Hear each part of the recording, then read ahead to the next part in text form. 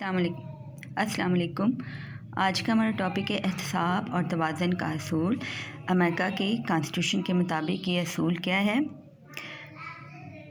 Doctrine of the check and balance. ٹھیک ہے. علیحدگی اختیارات کے اصول نے ایک نئے نظریے کو جنم دیا جس کو آپ احتساب و توازن کا نظریہ کہتے ہیں. ہم نے لاسٹ لیکچر میں پڑھا تھا سپریشن آف پاور. یہ اس کے رسپانس میں دیا گیا تھا چیک اینڈ بیلنس کا نظریہ. اس نظریے کے تحت امریکہ حکومت کے تینوں شعبے جو ہیں کون کون سے تھے؟ مقننہ انتظامیہ اور عدلیہ اپنے اپنے دائرہ کار میں خود اور آزاد مختار ہوتے ہوئے اپنا کام خود کریں گے اور وہ ایک دوسرے کا احتساب بھی کر سکیں گے. ان پر کچھ پابندیاں لگا دی گئی تھیں. اس احتساب کے عمل نے انتظامیہ، مقننہ اور عدلیہ کے اختیارات میں توازن پیدا کر دیا اور امریکی وفاقی نظام احتساب و توازن کا ایک حسین امتزاج بن گیا. مثال کے طور پر جب انتظامیہ کا سربراہ صدر ہوتا ہے اور وہ تمام وفاقی افسروں کی جب تقرری کرتا ہے، لیکن ان تقرریوں کی تصدیق اس کو سینٹ سے کروانا پڑتی ہے. ٹھیک ہے. اس طرح تمام بیرونی ریاستوں سے جو معاہدے بھی صدر کرتا ہے تو اس میں بھی وہ سینٹ سے مشورہ لیتا ہوتا ہے. سینٹ کے مشورے کے بغیر امریکہ کا صدر کسی بھی بیرونی ریاست سے کوئی معاہدہ نہیں کر سکتا.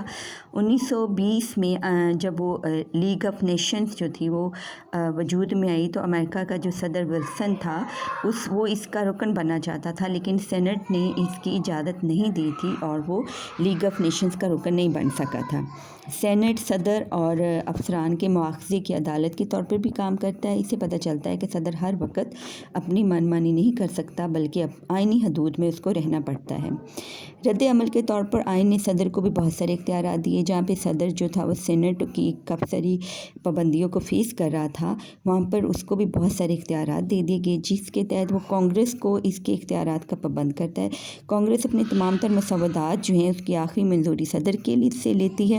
صدر ان مسودات کو ویٹو کرنے کا اختیار رکھتا ہے، لیکن اگر کانگریس اپنے مسودے کو دوبارہ 2/3 اکثریت سے پاس کر لے تو صدر کے پاس منظوری کے لیے بھیج دیتی ہے تو صدر کا ویٹو کرنے کا اختیار جو ہے وہ ختم ہو جاتا ہے اور کانگریس 2/3 اکثریت حاصل کرنے میں ناکام رہتی ہے تو وہ مسودہ مسترد ہو جاتا ہے. صدر اور کانگریس جو ہیں ملکی معاملات کو مشترکہ طور پر چلاتے ہیں. مثلا عدلیہ کے ججوں کی تقرری صدر سینٹ کے مشورے سے کرتا ہے اور صدر کسی جج کو برطرف نہیں کر سکتا. صرف کانگریس کسی جج کا مواخذے کی صورت میں اس کو برطرف کر سکتی ہے. ججوں کی تنخواہیں اور مراعات کا تعین بھی کانگریس کرتی ہوتی ہے.